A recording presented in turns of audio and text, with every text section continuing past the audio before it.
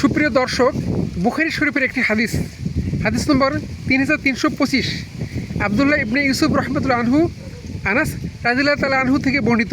তিনি বলেন, আবু তালহা রাদিয়াল্লাহু তাআলা আনহু তদীয় পত্নী উম্মে সুলাইমকে বললেন, আমি মহানবী সাল্লাল্লাহু আলাইহি সাল্লামের কণ্ঠস্বর দুর্বল শুনেছি। আমি তার মধ্যে ক্ষুধা বুঝতে পেরেছি। তোমার নিকট খাবার কিছু আছে কি? তিনি বললেন, হ্যাঁ আছে। এই বলে তিনি কয়েকটা জবাই রুটি বের করলেন।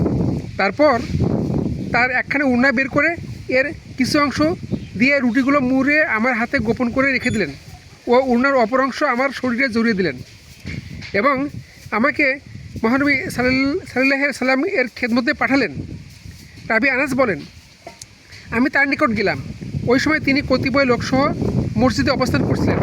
আমি গিয়ে তাদের সামনে দাঁড়ালাম। মহানবী সাল্লাল্লাহু আলাইহি সাল্লাম আমাকে দেখে বললেন, তোমাকে আবু তালহা পাঠিয়েছে? আমি বললাম, জি হ্যাঁ। মহানবী সাল্লাল্লাহু আলাইহি সাল্লাম বললেন, খাওয়ার দাওয়াত দিয়ে পাঠিয়েছে? আমি বললাম, জি হ্যাঁ। তখন মহানবী সাল্লাল্লাহু আলাইহি সাল্লাম সঙ্গীদেরকে বললেন, চলো, আবু তালহা আমাদেরকে দাওয়াত করেছে। আমি তাদের আগেই চলে গিয়ে আবু তালহা রাদিয়াল্লাহু তাআলা আনহুকে মহানবী সাল্লাল্লাহু আলাইহি সাল্লামের আগমন বার্তা শুনলাম। ইহা শুনে আবু তালহা রাদিয়াল্লাহু তাআলা আনহু বললেন, হে উম্মে সুলাইম, মহানবী সাল্লাল্লাহু আলাইহি সাল্লাম তার সঙ্গী সাথীদেরকে নিয়ে আসছেন। তাদেরকে খাওয়ানোর মতো আমাদের নিকট নেই।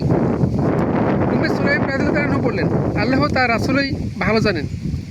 আবু তালহা রাদিয়াল্লাহু তাআলা আনহু তাদেরকে অভ্যর্থনা জানানোর জন্য বাড়ি থেকে কিছু দূর অগ্রসর হলেন এবং মহানবী সাল্লাল্লাহু আলাইহি সাল্লাম এর সাক্ষাৎ করলেন এবং মহানবী সাল্লাল্লাহু আলাইহি সাল্লাম আবু তালহাকে সঙ্গে নিয়ে তার ঘরে আসলেন আর বললেন, হে উম্মে সুলাইম, তোমার নিকট যা কিছু আছে নিয়ে এসো। তিনি জবের ওই রুটিগুলো হাজির করলেন এবং তার নির্দেশে রুটিগুলো টুকরো টুকরো করা হলো।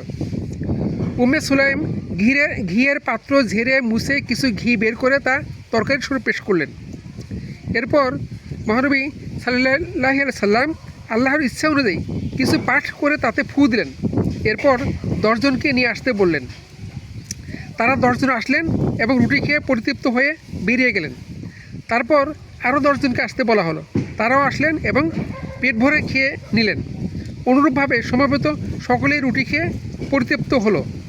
লোকজন সর্বমোট 70 বা 80 জন ছিলেন। এটি একটি শিক্ষণীয় হাদিস এবং বিশ্বনবীর মুজেজা এখানে প্রকাশ পেয়েছে।